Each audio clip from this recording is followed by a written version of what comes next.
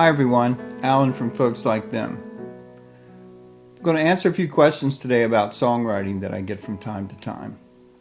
The first question is, how do you get better? How do you elevate your writing to keep improving? My answer for that is to write every day.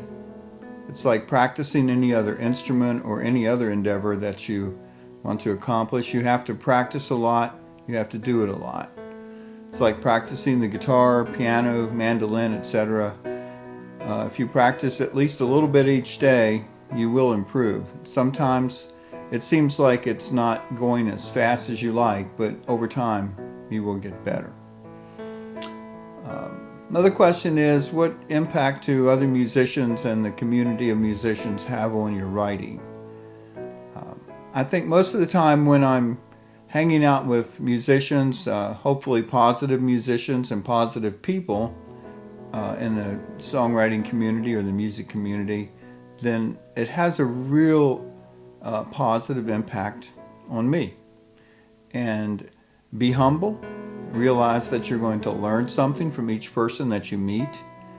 And even if that person is maybe not as far along as you, or if they're just starting, they're unique, so they're going to have a take on life and on writing that you don't have. So you can usually pick up at least one thing from anybody.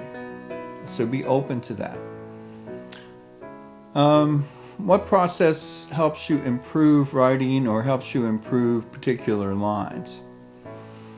I think sometimes we get too close to our songs and we need to leave them alone for a little while. So when I finish a song, or when Chris and I finish a song for Folks Like Them, we will let it sit a little bit and we'll come back to it and listen again. And then we may find some lines that we can improve because it's a different day. We might have a better attitude. We might be more objective about the lines. Also, if you can play your song and get some honest feedback from someone, usually that person is not someone in your family, because they're always going to love your song. So you have to find someone who will give you honest feedback, tell you how they really feel about it. And when they criticize you, just listen. Don't take offense at it. They're actually going to be a big help. If you listen to their criticism, you may pick up that one thing from them that really improves your song. First of all, if they don't understand what you said in your song, it's not their fault. It's your fault for not making your song understandable. And that's kind of hard to take at first for writers that are just starting out. But it's really helpful if you can find someone who will listen. How do you know when you're finished your song? That's a tough one. I don't think songs are really ever finished, and sometimes Chris and I will be working on a song and we will be tweaking it right through the recording process. So we'll change it right to the last minute. Eventually you have to let it go, and you do. Trust your instincts. If you think there's something wrong in your song, then there probably is.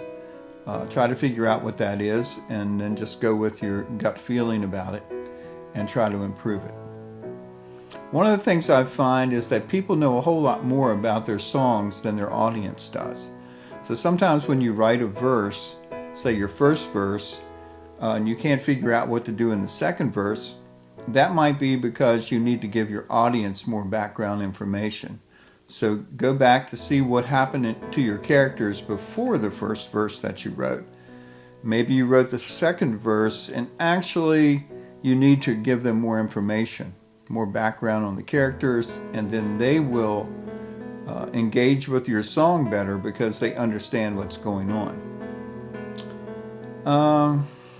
Let's see. I get asked from time to time about what my first guitar was. My first guitar was a Silvertone acoustic that my dad bought for me. I think I was in school at the time. He went to Sears and bought it and brought it home, and I was really excited, but the guitar itself was difficult to play. The strings were about 2 inches off the neck, it seemed like, very hard to press down to get any notes going on or chords.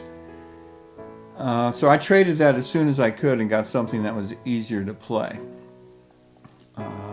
I don't have that guitar anymore, thank goodness. But I do have a lot of good guitars, but I didn't keep that one. Favorite memories? Sometimes I get asked about that. You know, what was it like starting out when you first were in your first band or whatever?